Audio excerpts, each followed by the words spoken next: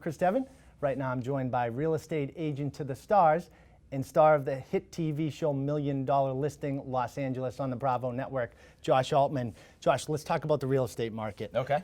Over here in Boston, okay, for a while now it's been a really competitive market. It's hot.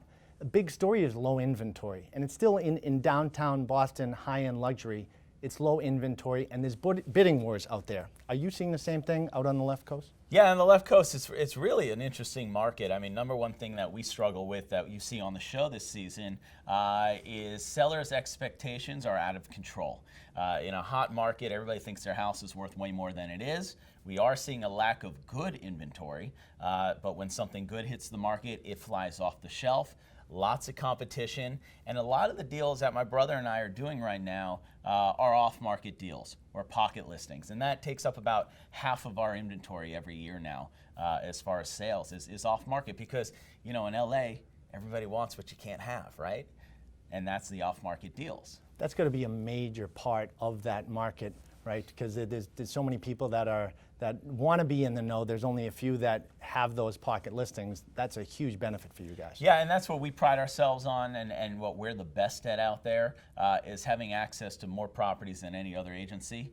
You know, when you're dealing with a mega celebrity or mega athlete, movie star, whatever it is, and they want it to be a quiet sale, you know, obviously you see everything great on TV, but there's a lot of deals that happen not on TV that are super exclusive, confidentiality agreements signed. You know, I might see the celebrity once, and then the rest of the time I'm dealing with their business managers, attorneys, accountants, and their whole entourage besides them. What percentage of your business do you think is celebrity versus just the regular person? I would say that it's a lot lately. It's probably about 40% is celebrity, but I got to tell you, for Matt and I, we don't care. I don't care what you do for a living. I don't care if you're the biggest celebrity in the world. I treat you the same as somebody, you know, a newlywed couple who's buying their first condo for $500,000. I talk about it in my book. I used to be a field goal kicker, so I always say kick every football the same. You treat every deal the same. You treat everybody with the same respect. And I think that's why people come back to us, because we don't care if you're famous or not. They know that we're the expert at what we do and that we're the best at what we do. So, with the celebrities, because everybody likes to talk about them, are there any hot amenities to certain properties right now that everybody's looking for? Well, being in LA, you got to have a killer theater. But I will tell you this. So one of the craziest things I've ever seen in a house before was an operating room in a house. And that's because the client was so rich, they didn't want to go to the hospital. The hospital comes to them for their plastic surgery. That's the first I've ever heard anything like that. That's amazing. Now, Josh, for the regular person out there that's jumping into the market, they're trying to figure out how to be competitive in this very hot market.